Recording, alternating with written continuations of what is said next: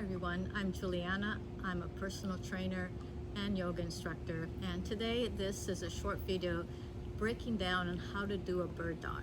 So you probably heard that name before. You've probably seen different variations of bird dog. Sometimes it's done on hands and knees as you reach opposite arm, opposite leg. Something could be like this, right? But today we're going to do it on our backs. So that's actually a really nice way because the mat will give you the feedback if you're cheating on your pose. So keeping that core engaged and then again working the arms. And I'm going to break it down in levels as well so you can start, and then with time you start to build your core strength to get up to the full pose. All right, so let's get started. What you're going to need a mat. It can be also on your rug. If you need extra padding for knees and shoulders or neck, you can always have other stuff too. So we're gonna bring ourselves all the way down, and as you come down to your back, just hugging your knees into your chest, which is a really nice way to release tension in the lower back. This is also a great move. You can circle it around. It's a great one for sciatic pain, lower back pain, and also helps the lymphatic system of your legs and synovial fluid moving in. Digestion, your immune system. It's such a really nice pose to do. And then we're gonna just release it down. So our first part of this exercise is to do a pelvic tilt. So you want to exhale, pull belly in, tuck your pelvis, and you want to feel like your tail is going to drop between your legs, right? If you had water on your pelvic bowl, it will spill to your belly button, and you can notice how your lower back is really flat on the mat. And then as we inhale, we're going to let that loose, and just the water will kind of spill between your legs. If you like to take your hands into a diamond shape and just let the heels of your palms be on your hip bones, and just to have that movement of the pelvis back and forth until you get a hang out of it. And then we're going to find something that we call neutral spine. So it's not forward or back, right? It's if you had water on your pelvic bowl, it will stay flat there. It won't move forward or back. It won't be dripping to the belly button or between your legs. So you might means that you might have a little bit of a natural curve here on your back, which is okay. What we don't want to have is like those ribs puffing in this big gap under, right? We want to have something that is engaged. That is your neutral spine. So engagement in the core without pushing everything back, imprinting, right? We want to have that neutral spine. So keeping it here, the first step for this, crown of the head nice and long, chin slightly in.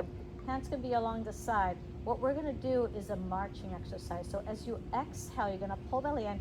You're going to try to keep that neutral spine and pick up one leg so it's coming into like a 90-degree angle.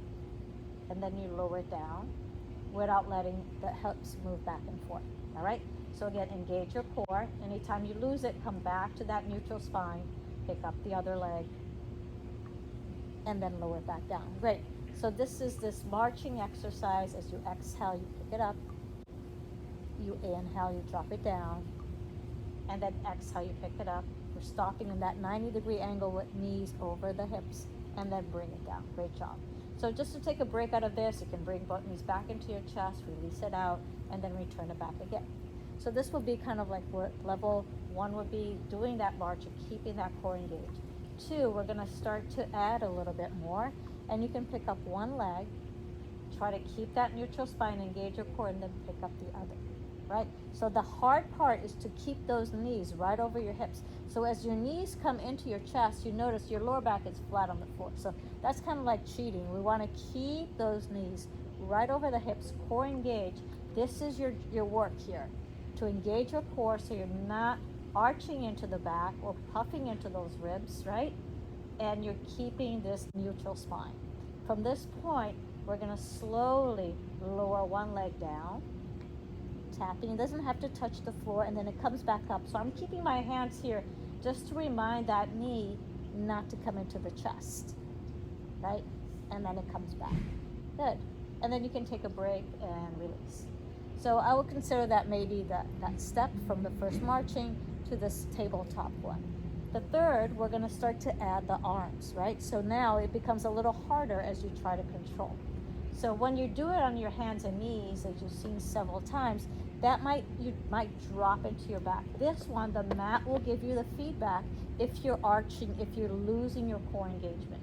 So again, You exhale, you pull belly in, you pick up your knees into that 90-degree angle, you stay here, and now we're gonna do opposite arm, opposite leg. So as your right leg goes down, your left hand might come back, and you can even cross the other arm. Doesn't have to touch, and then you exhale, you pull back in, you can cross the arms, and just inhaling, taking the opposite hand back. If you prefer to have a block to push into that thigh, you can always do that. I like crossing of the hands so you're not using any props, it's just a reminder, right? So the leg, it can just drop down, like the toe's gonna tip down. You engage in your core as you exhale back, or you can even extend the leg out. So there are different variations here that you can use. And then exhale, bring it in. All right, give it a little release into your back. And when you feel ready, coming back up. So that was the breakdown for the bird dog. I hope you enjoyed it. And if you'd like to see some other types of exercises, just write me. And I hope you enjoy it. Be well.